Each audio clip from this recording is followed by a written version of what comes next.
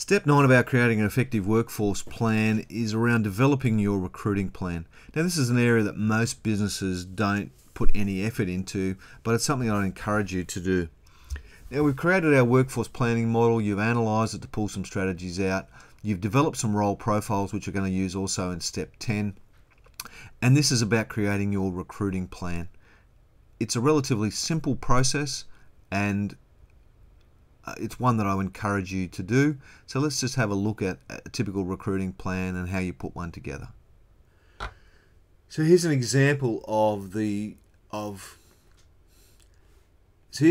how we'd structure a recruiting plan. There's a template in the workforce planning template that we've given you, the PowerPoint one, but it's quite easy to come up with your own version of this.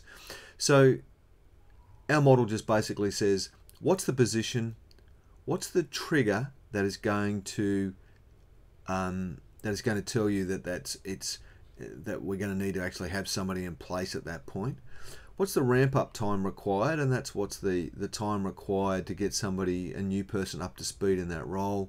Therefore, what's the estimated start date for that person? What lead time do we think there is in recruiting and for them to give notice in their previous job or maybe take a holiday and stuff before they come on board?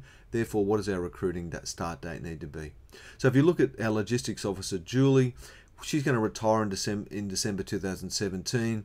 We said it's going to take 3 months roughly for somebody to get up to speed and have a good handover from Julie. So we need them to start work in September 2017.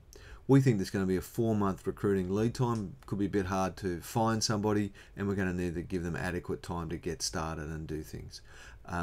And therefore, we need to start the recruiting process by May 2017. Okay. Similarly, with our supervisor, we may have a figure there that says when our production volume is 30% over the current volumes or over target or over something for 3 consecutive months in a row, then we will start the process. So we're thinking a ramp up time there of sort of 2 months. We think that's going to happen. We're going to need them to start in about March 2016. So we're planning that the ramp up, the production volume, it's about May. So we need to have them on board and raring to go in that 2-month period, and a 3-month recruiting lead time. So it's a fairly logical, simple structure, but what it does is actually get you to start thinking about when you're going to recruit, start doing it as a strategic action as opposed to waiting till everybody's completely overworked and the pressure's really on and then we rush around trying to find somebody in a hurry. Much better to have a more relaxed process where we can go and find really good quality people, because often you will have to lure them away from other jobs in other positions, because they're not just going to be sitting around the house looking at seek for job opportunities. Often if people are happy in their position and they're really good at their position, you need to lure them away and start to get people. So take the time with this process to map it out carefully and review it on a regular basis. All right, so recruiting planning, something that most businesses don't do. I would encourage you to do it and have a clear plan for when you're going to recruit and why. Now, it doesn't help you with the ad hoc ones where people resign for all sorts of different reasons, or you have to manage them out of the business. But it will help you with the more strategic recruiting that you need to do.